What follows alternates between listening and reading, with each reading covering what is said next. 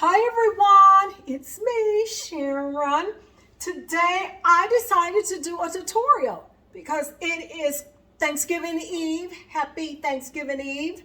And if you're like me, you're preparing your Thanksgiving dinner. I have guests coming in, my daughter, my granddaughters, my son. Well, my son's already in town. So not all of my children will be in, but some will. So one thing that I normally always serve for Thanksgiving is greens. Anybody like greens? I like greens. And so I'm standing here and I am doing what I call stemming my greens, stemming them. You might like, what is that, Sharon? I'm glad you asked. Stemming your greens is really pretty simple. It's taking your greens, if you've bought greens, collard, mustard, or whatever, you have these big, fresh, pretty green leaves. Well, the thing you have to do if you want delicious greens is stem the greens. Because you know what? The last thing you want to serve and eat is a pan full of stems. So I'm going to show you how I do it. I go to the top, and where the stem begins to separate or go straight down, I bring my leaf straight off of it. I pitch my stem, and ta-da, you just have the leaf. Because you want to serve leaves, the greens, and not the stem. Okay? So there you have it. Again, I did it again. I just went down the middle. I pull my leaf off of that stem, and I am tossing it into cold water. If you notice right here on my sink, I have a sink full of cold water. I hope you can see it. And see, you use cold water because you want to not only stem your greens, you want to clean them.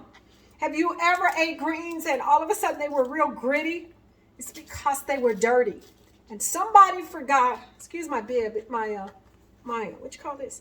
My apron is kind of huge, but you can see it has Tennessee on there. But anyway, so much for that advertisement. My daughter's coming from Nashville, Tennessee. We used to live there, for those of you all that know me. But anyway, have you ever ate greens and they were gritty or they felt dirty? It's because we didn't wash them.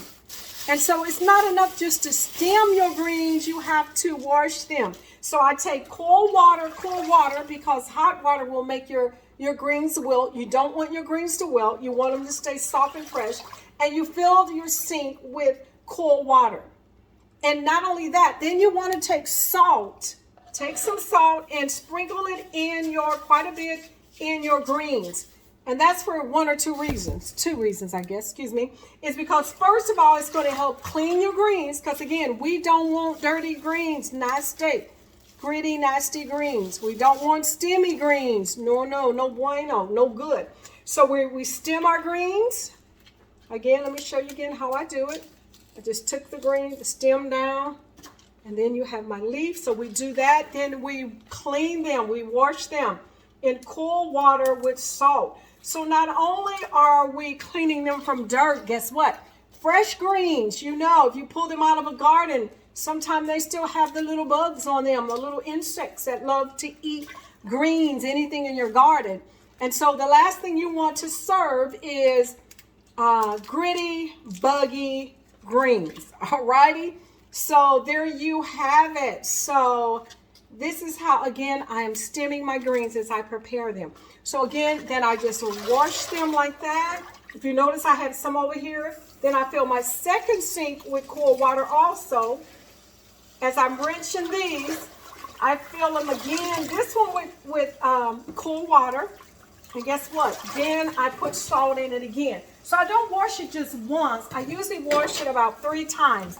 Why? Because we want to make sure we got all the dirt or the grit off of our greens and make sure there are no live or dead insects. I don't want no extra protein, because the only protein we're going to have is really maybe the meat that you will use to season your greens.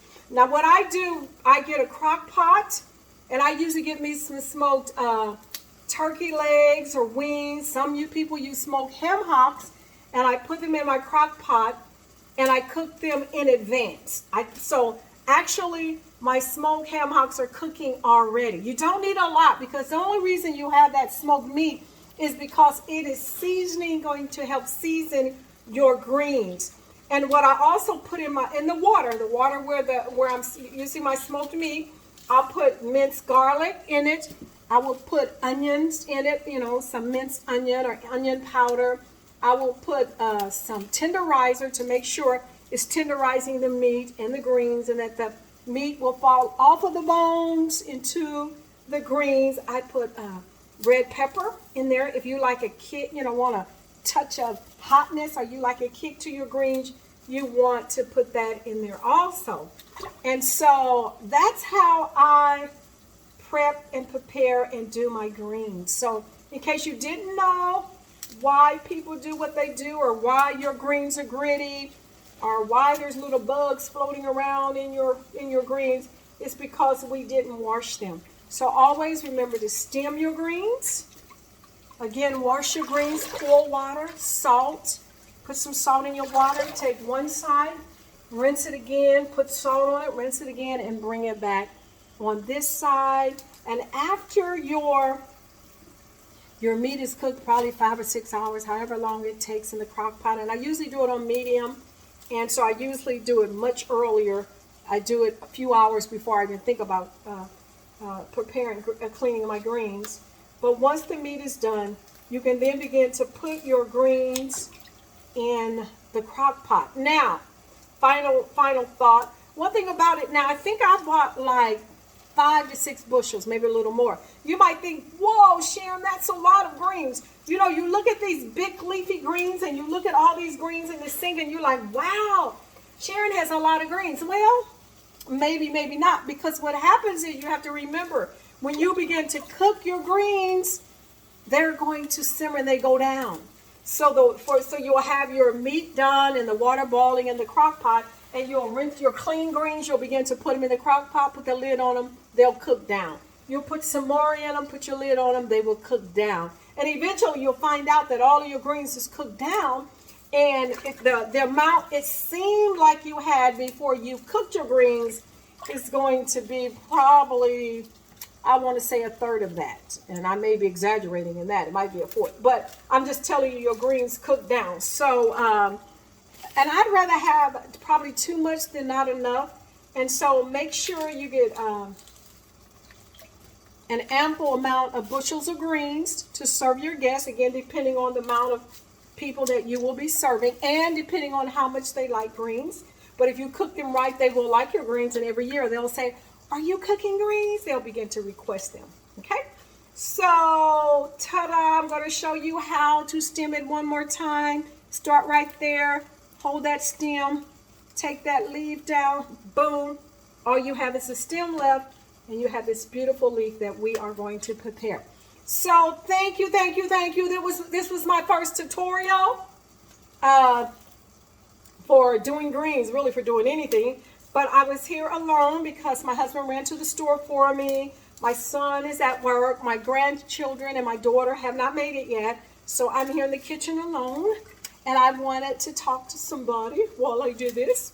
So I'm talking to you via Zoom, however you get this, I don't know. So I did a video and a tutorial on how to prepare greens for your Thanksgiving dinner.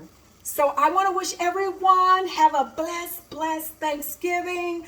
In everything, Bible says in everything, give thanks, for this is the will of God in Christ Jesus concerning you. Be grateful. Thank God for all of your family and your friends. And some of them may be a little temperamental or maybe not as easy to get along as others. But what an amazing opportunity and season to express our love and our gratitude for our family and our loved ones. Okay? Well, I hope that helped you. I am signing off. Again, my name is Sharon. And so be blessed. Deuces.